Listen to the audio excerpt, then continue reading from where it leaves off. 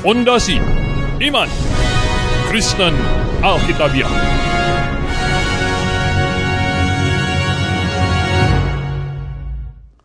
Bapak Ibu, Saudara yang saya kasih dalam Yesus Kristus, kali ini saya ingin mengajak Bapak Ibu sekalian untuk memahami tentang baptisan. Yang pertama, mengapa Tuhan perintahkan baptisan? Nah, kita harus memahami sebenarnya sentral sejarah itu adalah Yesus Kristus. Yesus Kristus. Penyaliban Yesus Kristus itu adalah pusat inti dari sejarah. Di Perjanjian Lama, semua orang di Perjanjian Lama itu disuruh memandang ke depan kepada salib Yesus Kristus. Karena sejak manusia jatuh dalam dosa, Allah janji mau kirim juru selamat. Dan juru selamat itu yang akan datang, akan dihukumkan di atas kayu salib untuk menanggung dosa semua manusia. Dan untuk mengingatkan manusia di Perjanjian Lama, Allah perintahkan agar membangun sebuah mezbah, taruh domba di atasnya, dan pegang kepalanya mengaku dosa, dan domba itu disembelih. Nah, domba ini melambangkan Yesus Kristus yang akan datang, dan penyembelihannya melambangkan penyalibannya.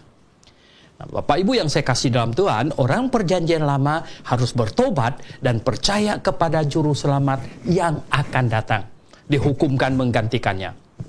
Kemudian Yesus datang dan tersalib di atas kayu salib, ya, dan dia berseru, sudah selesai. Dosa manusia ditanggung, selesai. Nah, selanjutnya Tuhan memerintahkan supaya bukan lagi menyembelih domba di atas mezbah, tetapi sekarang ini Tuhan bilang yang mau menjadi muridnya, orang yang sudah diselamatkan, orang yang sudah percaya, sudah bertobat, untuk menyatakan pertobatan dan imannya, dibaptis, ditenggelamkan ke dalam air, kemudian ditarik naik ini. Nah, kalau domba mensimbolkan juru selamat yang akan datang dan penyalibannya, sedangkan baptisan mensimbolkan mati ya bersama Kristus, ditenggelamkan ke dalam air, dikuburkan, kemudian Kristus bangkit, maka akan juga bangkit seperti Kristus. Itulah baptisan. Jadi Bapak Ibu yang saya kasih dalam Tuhan Yesus Kristus, nah siapakah yang boleh dibaptis? Siapakah yang boleh dibaptis? Adalah orang yang sudah bertobat, yang sudah benar begitu, sudah bertobat. Di dalam Markus pasal 16 dikatakan, pergilah beritakanlah Injil kepada segala makhluk. Barang siapa yang percaya ya dibaptis, dia percaya dan dibaptis. Jadi orang yang percaya itulah yang dibaptis.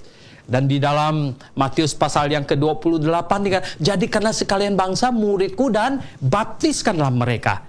Jadi Bapak Ibu yang saya kasih dalam Tuhan, orang yang dibaptis adalah orang yang sudah bertobat dan menyatakan imannya, dia sudah percaya. Jadi orang yang sudah selamat, orang yang sudah diselamatkan oleh Injil. Nah, dia menggambarkan Injil yang sudah menyelamatkannya. Nah, sama seperti domba di Perjanjian Lama, tidak ada satu ekor domba pun yang berjasa menyelamatkan orang. Itu hanya simbol. Demikian juga lah baptisan. Tidak ada baptisan untuk menyelamatkan orang. Baptisan tidak diperlukan untuk menyelamatkan orang, untuk masuk surga. Itu hanyalah untuk menggambarkan mati bersama Kristus kemudian bangkit. Itulah sebabnya hanya orang yang sudah bertobat dan percaya. Artinya dia sudah selamat dulu. Bukan baptis supaya selamat, tapi dia sudah selamat. Kemudian barulah menyerahkan diri dibaptis untuk menjadi murid. Menggambarkan Injil yang menyelamatkannya.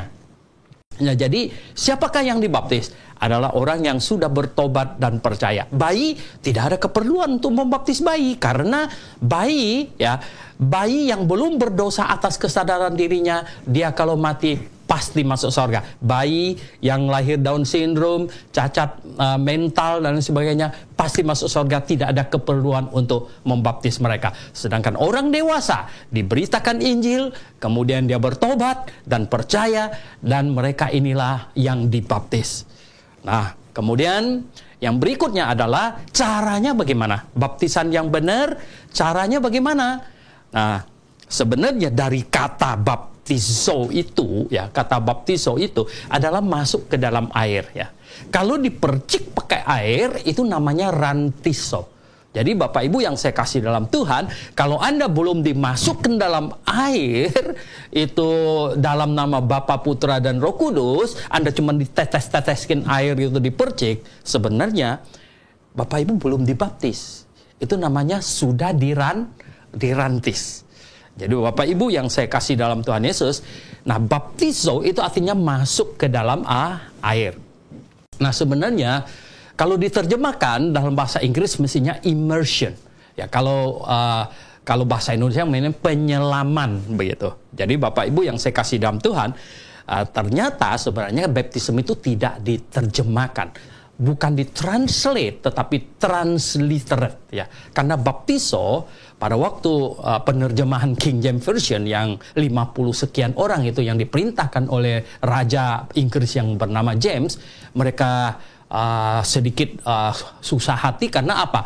Kalau diterjemahkan dengan immersion, sedangkan seluruh Inggris pada waktu itu gereja Inggris mereka tidak masukkan orang ke dalam air. Wah, itu akan kacau. Tapi kalau mereka menerjemahkan dengan kata bahasa Inggris sprinkling, mereka pikir mereka melawan kebenaran. Akhirnya mereka memilih tidak menerjemahkannya, hanya ganti hurufnya. Ya, beta dia ganti B, alfa dia ganti A, Pi dia ganti P, ya, tau dia ganti T, ya, atau iota dia ganti I, kemudian zeta dia ganti S, ya, kemudian omega dia balik menjadi M. Jadi baptism tidak diterjemahkan. Jadi Bapak Ibu yang saya kasih dalam Tuhan, kalau diterjemahkan mestinya masuk ke dalam air. Dan di dalam Alkitab semua baptisan itu masuk ke dalam air. Yohanes membaptis orang di Sungai Yordan, ya toh? Ya kalau dengan boleh ditetes-tetesin air, ya bawa satu ember bisa baptis banyak orang gitu. Ya mengapa perlu di Sungai Yordan, ya toh? Ya karena perlu dimasukkan ke dalam air. Begitu juga sida-sida dari Ethiopia yang diinjili oleh Filipus di keretanya. Ya kalau boleh ditetesin beberapa tetes air, sida-sida pasti bawa air minum lah, ya toh? Nggak mungkin tidak. Nah tetapi Alkitab mencatat katanya setelah sampai di tempat yang ada airnya, kemudian sida-sida itu bertanya, ya, lihat di sini ada airnya katanya. Apa halangannya bagi saya untuk dibaptis? Ya, sebenarnya sida-sida itu tanya syarat saya dibaptis itu apa? Apa yang dikatakan oleh Filipus? Jika Tuhan percaya dengan segenap hati, itu artinya apa? Diperlukan iman. Jadi orang harus percaya dengan segenap hati dulu, baru dibaptis. Bayi tidak mungkin, ya. Kalau bayi dibawa ke depan jemaat di sana, kamu sudah percaya dengan segenap hati belum? Nah, jawabnya apa? Katanya mungkin nggak bisa gitu. Jadi Bapak Ibu yang saya kasih dalam Tuhan, baptisan memerlukan iman. Nah, ini penting dan dilakukan dengan dimasukkan ke dalam air. Dan sebenarnya faktor yang tidak kalah penting adalah yang nomor 3. Jadi nomor 1 orangnya harus benar, ya toh? Sudah lahir baru. Bukan dibaptis baru, belum lahir baru sudah dibaptis. Ya saya mendengar bahkan melihat videonya ada gereja yang dimana orang mau dibaptis masih kerasukan kepar-kepar di lantai begitu guling-guling. Wah ini orang belum lahir baru masih kerasukan ini. Bagaimana kita membaptis orang yang sudah lahir baru yang sudah benar? Kedua, dengan cara yang benar, yaitu masuk dia ke dalam air, kemudian ditarik keluar. Kemudian yang ketiga sebenarnya, yang ketiga itu apa? Yaitu dilakukan oleh gereja yang benar. Yang benar itu Alkitabiah. Gereja yang benar bukan bangkunya benar gitu, ya, bukan pianonya benar gitu, atau plafonnya benar, bukan gitu. Gereja yang benar itu pengajarannya benar gitu. Pengajarannya benar ya. Pengajarannya sesuai dengan Alkitab, Alkitabiah, dan dijalankan dengan benar. Nah, gereja yang demikian inilah baru gereja punya Tuhan yang disebut dengan tubuh Tuhan Yesus. Ya, oh, hari ini sembarangan orang bisa bikin gereja, ya toh. Untuk cari duit dengan gampang bisa bikin gereja gitu. Tapi gereja yang benar, yang menjadi milik Tuhan, yang bagaimanakah? Pasti yang sesuai dengan Alkitab, yang sesuai dengan Alkitab. Oleh sebab itu Bapak Ibu yang saya kasih dalam Tuhan Yesus, saya ingin mengajak Anda untuk menjadi orang Kristen yang kritis, terutama di akhir zaman ini. Di akhir zaman, ya toh, di mana penyesatan merajalela dan bahkan sampai kepada puncaknya. Wah, luar biasa sekali. Nah, di saat seperti inilah kita harus menjadi orang Kristen yang kritis. Ya. Apakah Anda sudah beriman dengan benar atau belum? Apakah Anda sudah berada di dalam gereja yang benar atau tidak? Nah, ini sangat penting. Nah, dari hal baptisan ini, Anda perlu sungguh-sungguh memperhatikan, apakah saya sudah di dalam kebenaran atau tidak. Orang yang dibaptis harus yang sudah benar. Caranya harus benar masuk ke dalam air dan dilaksanakan atas otoritas gereja yang benar.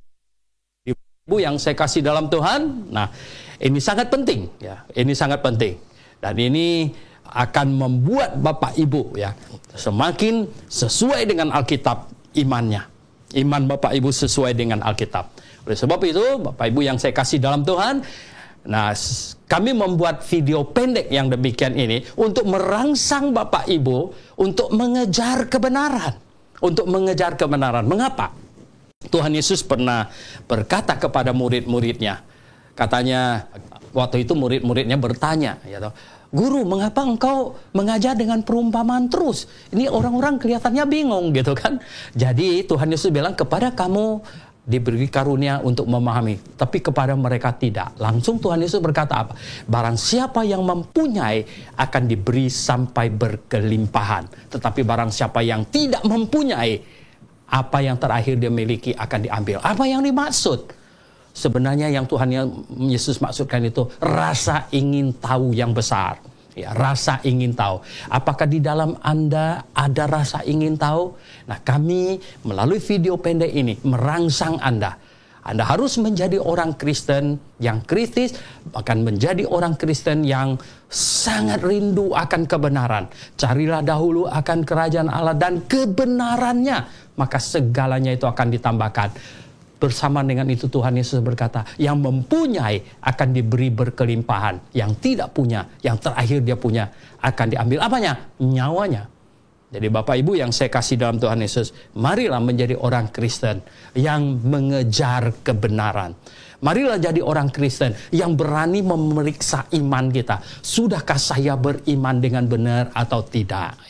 Kalau kita mendengar ada pengajaran yang berbeda dari yang kita yakinkan, jangan marah dulu gitu. Kalau marah ya Anda bukan orang yang mencari kebenaran. Tetapi jikalau kita mendengar sesuatu yang berbeda, coba kita pikirkan sejenak dan kita cocokkan dengan Alkitab yang ada di tangan kita, sesuai dengan Alkitab atau tidak.